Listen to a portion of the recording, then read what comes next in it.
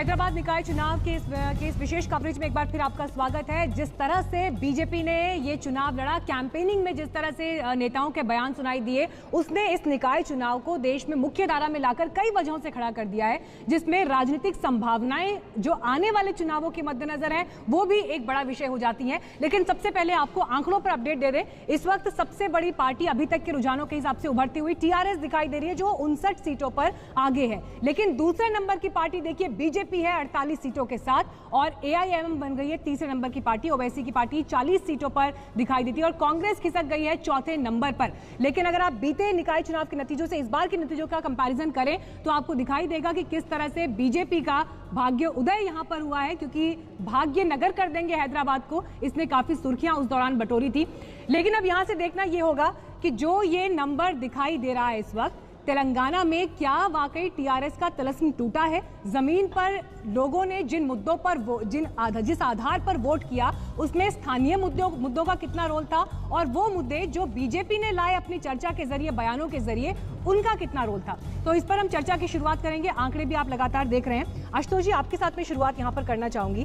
देखिए, जब बीजेपी की स्ट्रैटेजी की बात हो रही है, ऐसा लग रहा है कि जिस तरह से एक मल्टीनेशनल कंपनी काम करती है। अमित शाह ने एक लक्ष्य रखा कि 2017 में उन्होंने स्टेटमेंट दिया था पंचायत से पार्लियामेंट तक, और उसके लिए काम की जो शुरुआत हुई, जिस अंदाज में ये चुनाव लड़ा गया, निकाय चुनाव भी, उससे ये तय है कि आगे नजर आपकी तेलंगाना के विधानसभा चुनाव पर, कर्नाटक माफ कीजिए साउथ में बाकी दरवाजे खोलने पर है, चाहे उसमें केरल है, पुडुचेरी है, आंध्रा है। देखिए, बिल्कुल आपकी बात सही है, और मुझे लगता है कि जो बुनियादी बदलाव भी भारतीय जनता पार्टी में नरेंद्र मोदी और अमित शाह की लीडरशिप के बाद आया है, वो एक रिजल्ट ओरिएंटेड, वो टारगेट फिक्स करते, जैसे उन्होंने आज से करीब 4-5 साल पहले टारगेट फिक्स किया था कि हमें पश्चिम बंगाल के अंदर इनरोड्स बनाने हैं, हमें पश्चिम बंगाल के अंदर अपनी पार्टी को एस्टैब्लिश करना है। और 2019 के चुनाव में 18 मेंबर ऑफ पार्लियामेंट की सीटें बीजेपी को मिली थी वहाँ पे। वो इसलिए हुआ क्योंकि कंसिस्टेंटली वहाँ पे काम कर रहे हैं। उसी तरीके से लोगों को बड़ी हैरानी हुई कि हैदराबाद के चुनाव में आप भूपेंद्र यादव को इंचार्ज बना के भेजते हैं, जो बिहार चुनाव के इंचार्ज थे। कोई दूसरी पार्टी होती तो शायद ये कहती यार कि मैं तो इतना बड़ा इंचार्ज हूँ, मुझे आप छोटे से म्यूनिसिपल में आप भेज रहे हैं। तो शायद ईगो हर्ट हो जाती और शायद वो नाराज होकर इधर उधर बयानबाजी शुरू करते। लेकिन भूपेंद्र यादव न केवल वहाँ गए, बल्कि पूरी लीडरशिप वहाँ पे गई, उन्होंने एक तरीके से कैंपेनिंग की। तो ये दर्शाता है कि किस तरीके से बीजेपी एक बिल्कुल किलर इंस्टिंक्ट के साथ चुनाव लड़ती है। उसे चुनाव लड़ने के लिए नहीं लड़ती। जहाँ तक हैदराबाद की बात है, पश्चिम बंगाल की बात है, केरला की बात है, तो बीजेपी को ये मालूम है कि आप अखिल भारतीय पार्टी आज की तारीख में हैं। लेकिन अगर आप साउथ इंडिया में कर्नाटक छोड़कर अगर आपके फुटप्रिंट्स नहीं है, या अगर आप पश्चिम बंगाल जैसे बड़े राज्य में नहीं है, उड़ीसा में आपके फुटप्रिंट्स नहीं है, तो दिक्कत पैदा होगी कुछ समय के बाद। तो मुझे लगता है कोई भी राष्ट्रीय पार्टी जो भविष्य की तरफ देख रही है, वो जिस तरीके से काम करना चाहिए थे, उसमें बीजेपी की तारीफ निश्चित तौर पर करनी चाहिए। और संगीत रागी जी, एक बड़ी बात यहाँ पर जो और दिखाई देती है, जब कोई बड़ा नेता सेंटर से उस क्षेत्र विशेष में जाता है प्रचार के लिए, तो ऐसे में कार्यकर्ताओं में जान फूंकने की भी एक तस्वीर जरूर दिखाई देती है, क्योंकि शायद कहीं ना कहीं कार्यकर्ता ये बात समझता है कि अगर सेंटर का लीडर यहाँ निकाय चुनाव में आके प्रचार कर रहा है, इसका मतलब उनके एजेंडे में, उनके विजन में ये जगह बहुत इंपॉर्टेंट है। देखिए, मुझे ऐसा लगता है कि जो लड़ाई वाकई जो लड़ता है, आपके रियल स्वतंत्रता सेनानी जो हैं, रियल आपकी पार्टी के सेनानी जो हैं, वो ग्रास रूट पे हैं। वही यदि वो मोटिवेटेड हैं तो आपकी लड़ाई आसान हो जाती है। यदि वो मोटिवेटेड नहीं है तो आप चाहे जितना संगठन कर लें, जितना आप नए नए नारे दे लें, वो काम नहीं करता है। तो स्वाभाविक तौर पर उनको लगता है कि इस देश का इतना यशस्वी प्रधानमंत्री, ये होम मिनिस्टर आ रहे हैं, बड़े बड़े मंत्री आ रहे हैं, तो स्वाभाविक है कि एक बहुत बड़े, इसका मतलब है कि ये इसका महत्व देते हैं। दूसरी बड़ी बात है कि इससे कार्यकर्ताओं के बीच में एक उत्साह का संचार होता है। तीसरी बात यह है कि ये महत्व, ये ध्यान देने लायक है। हम अभी तक सैद्धांतिक तौर पर ये कहते आते हैं कि देखिए, जो ग्रासरूट पॉलिटिक्स है, पंचायती राज है, नगर निकाय है, ये सब जो है, यहाँ से नई पौध तैयार होती है, नेतृत्व की पौध तैयार होती है, और हम लोग उस पर काम नहीं करते हैं। भारतीय जनता पार्टी ने, मुझे ऐसा लगता है कि इनको लगा कि यदि हमको तेलंगाना में प्रवेश करना है, जो 7% से 19.6% लोकसभा के चुनाव के समय पे एक बड़ा जंप मारा था, इसको यदि हमें 40% करना है, तो जो स्थानीय निकाय के जो चुनाव हैं उन पर हमें दृष्टि देनी पड़ेगी, क्योंकि वहीं से विधानसभा के लिए अच्छे अच्छे कैंडिडेट मिलेंगे, ग्रासरूट का ऑर्गेनाइजेशन तैयार होगा। और नतीजा ये है कि आज जो है वो जो हैदराबाद जो चुनाव है उसमें ये साफ साफ दिख रहा है। ये ठीक है कि ये मेयर चुन पाए न चुन पाए ये और बात है, लेकिन 4 सीट से 40 सीट तक जाना ये बहुत बड़ी उपलब्धि है। हमारे साथ कृष्ण सागर राव जी हैं बीजेपी से, जो हमारे साथ जुड़ गए हैं। मौलाना सईद जी हैं प्रेसिडेंट कादरिया इंटरनेशनल के। लेकिन सबसे पहला सवाल कृष्ण सागर जी आपसे, जश्न की तैयारी शुरू हो गई है कि नहीं? क्योंकि भले ही आपकी पार्टी सबसे बड़ी पार्टी के तौर पर ना उभरी हो, लेकिन खास तौर पर उत्साहित तो करते ही हैं 2016 बनाम 2020 के नतीजे। बहुत उत्साह है कार्यकर्ताओं में और जरूर बहुत बड़ा जश्न होगा आज शाम में। हम तो अभी भी इंतजार में हैं, क्योंकि बैलेट है, पेपर बैलेट है, ईवीएम नहीं है। तो आज तो लंबा दिन होगा, 7-8 बजे तक तो हमको पूरा रिजल्ट मिल जाएगा और हम आशा करते हैं कि और ज्यादा सीट्स जो ट्रेंड पे है अभी उससे ज्यादा सीट्स आए। और जैसे आशुतोष जी ने बताया कि Bharatiya Janata party assembly seats के हिसाब से 4th पार्टी था ये राज्य में, तेलंगाना में, और परसेंटेज के मामले में हम नंबर 3 था और ऑपोजिशन में वी वर नंबर 2, क्योंकि MIM और TRS तो दोनों एक ही पक्ष का है, वो विपक्ष का नहीं माना जाता है। तो और वो भी उनका संबंध भी बहुत सीक्रेट है, वो अनाउंस्ड अलायंस नहीं है, वो तो ऐसे ही पोलराइज करते हैं और बोलते हैं हम पोलराइज करते हैं। अभी देखिए हम बहुत बड़ी उपलब्धि है कि हम नंबर 2 बन गए और GHMC में नंबर 2 बनना वो एक अपने आप में बहुत बड़ा उपलब्धि होता है, गेन होता है कि GHMC is 1 crore people living here and we have 25 assembly seats out of 119 seats which are under the jurisdiction of GHMC. So जब आपको यहाँ मैंडेट मिलती है और वो भी दुबाका बाइपोल में, जहाँ रूरल कॉन्स्टिट्यूएंसी में हमको एक मैंडेट मिला था और अब सेमी अर्बन कॉन्स्टिट्यूएंसी में हमें कृष्ण सागर जी, जो आपका वोट परसेंटेज बढ़ा है वो दरअसल मुद्दों की वजह से बढ़ा है या एंटी इनकम्बेंसी की वजह से बढ़ा है, क्या मानते हैं आप?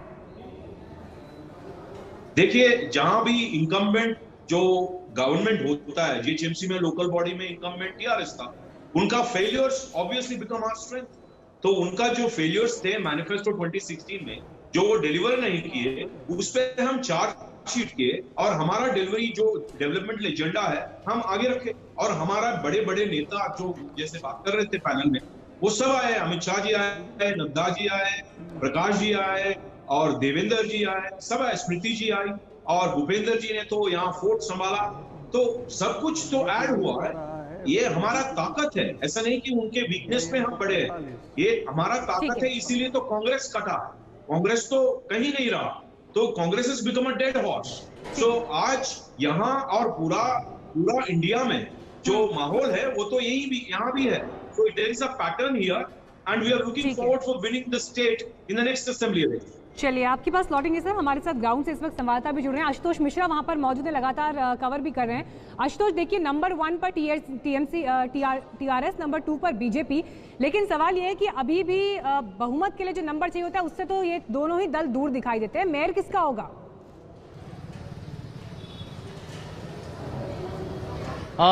देखिए, अभी जो जिस तरह के नंबर्स हैं बहुत ज्यादा दूर नहीं है TRS विक्ट्री के। हालांकि बड़ी बात यह है कि जो यहाँ जमीनी नेता है बीजेपी के, देखिए 2 पक्ष हैं। एक जो दिल्ली से प्रचार करने आया, जिसको मोमेंटम बनाना था, जिसके अंदर जिम्मेदारी थी कि 1 हफ्ते के अंदर 4 पे खड़ी पार्टी को आप 40 पार कराना चाहते हैं। यहाँ जो जमीनी नेता वो इस बात को जानते हैं और इसीलिए ज्यादा से ज्यादा वो ये कह भी रहे हैं कि देखिए हमारा मकसद है 4 से कम 40 जाना, क्योंकि ये शायद लड़ाई आज की नहीं है बल्कि 2023 के विधानसभा चुनाव के लिए है। और कम से कम जो तेलंगाना में और हैदराबाद में बीजेपी के नेता हैं वो इस बात को बखूबी जानते हैं, समझते हैं और ऑन रिकॉर्ड कह भी रहे हैं। लेकिन लड़ाई बड़े परिप्रेक्ष्य में ये देखना आप लोगों से समझना कि जब गृह मंत्री यहाँ पर आते हैं, JP नड्डा यहाँ पर आते हैं और ये कहते हैं कि मेयर हमारा होगा, आज के आंकड़ों में आप 40 भी नहीं छू पा रहे हैं आंकड़ा। बिल्कुल सही बात है। हमारा अनुमान था कि लगभग हम 75 जीतेंगे, लेकिन TRS और MIM दोनों ने मिलकर एक नाटक खेला है और लोगों को गुमराह किया है। इसलिए हो सकता है हम थोड़ा पिछड़ रहे हैं। हमारा आज तक का अभी तक का जो आंकड़ा है 50 पार कर चुके हैं। हमें भरोसा है 50 से ज्यादा होगा। लेकिन आपने बिल्कुल सत्य कहा, उनकी जीत से हमारी हार अच्छी है, क्योंकि ये 2023 का इलेक्शन के लिए ये हमने जो तैयारी की है, पब्लिक में भरोसा पैदा किया है। भारतीय जनता पार्टी बीजेपी तेलंगाना में सत्ता में आ सकती है। अब जो कैंपेन था बहुत हाई डेसिबल था, बहुत शोर था, ऐसा क्या हुआ? जश्न तो दिख नहीं रहा वहाँ। यहाँ तो बीजेपी के नेता पैनल पर ये कह रहे हैं कि जश्न की तैयारी हो रही है। जश्न से परे वहाँ तो एक दूसरे को ब्लेम ही किया जा रहा है, कौन सी पार्टी ने क्या किया, कौन सी पार्टी ने क्या नहीं किया, यही चल रहा है वहाँ पर। तैयारी है नेहा, जश्न की तैयारी है। और बता दीजिए कि किस तरह का जश्न यहाँ पर होने वाला है। अभी कुछ ही क्षणों में, हो सकता है आधा घंटा, हो सकता है 10 मिनट 15 मिनट, यहाँ बैंड बजेंगे, स्वीट बांटे जाएंगे, पटाखे फोड़े जाएंगे। यहाँ पूरी तैयारी है। जी किशन रेड्डी यहाँ पर आ चुके हैं, बंदी संजय कुमार आ चुके हैं, तो बड़े नेता ऊपर बैठे हुए हैं, बातचीत हो रही है। बाहर दरअसल कार्यकर्ता लौटूंगी मैं आपके पास। आशीष पांडे भी हमारे साथ जुड़े, लगातार ग्राउंड से रिपोर्ट दे रहे हैं। आशीष, इस वक्त क्या तस्वीर, क्या रिपोर्ट वहां से, क्या अपडेट दे सकेंगे आप? जी हम बात कर रहे थे भारतीय जनता पार्टी के कार्यालय में। जश्न का माहौल तो नहीं था, लेकिन यहाँ तेलंगाना राष्ट्र समिति के कार्यालय में जश्न का पूरा माहौल है। बैंड बाजे, नगाड़े, डांस, सेलिब्रेशन, सारी चीजें हैं, डीजे चल रही हैं, कार्यकर्ता नाच रहे हैं, खुशी। अरे आशीष, अभी तो बहुमत हुआ नहीं है, अभी तो बहुमत आया नहीं है, अभी से ये तैयारियां वहाँ पर। जी हाँ, ये जो प्रारंभिक रुझान के बाद यहाँ जो माहौल है, आप यहाँ पर देख सकते कैसे पूरे कार्यकर्ता इकट्ठे हो गए हैं। और कार्यकर्ता पूरे गुलाबी जो कलर है पार्टी का, उसके रंग में रंगे हुए हैं। तो भगवा लहर के अगेंस्ट में गुलाबी पार्टी अपने गुलाबी रंग को यहाँ पर मानती है कि उनका परचम बुलंद रहेगा। 2016 में जो उनके नतीजे थे, उसी आशीष, इन महिलाओं से बात करिए, काफी ज्यादा तैयारी के साथ आई हैं, चश्मे भी हैं, मुकुट भी है, पूरा पार्टी का पोस्टर, बैनर सब तैयार है इनके पास। जी जरूर आप बताइए मैडम, ये जीत आप लोग पूरा कंफर्म है? जीत का कितना सीट आ रहा है? టీఆర్ఎస్ గెలుస్తుంది గ్రేటర్ హైదరాబాద్ టీఆర్ఎస్ కైవసం చేసుకుంటుంది. బీజేపీ కల్లపల్లి మాటలు చెప్పి ఏదో వచ్చిందని నమ్మొద్దండి.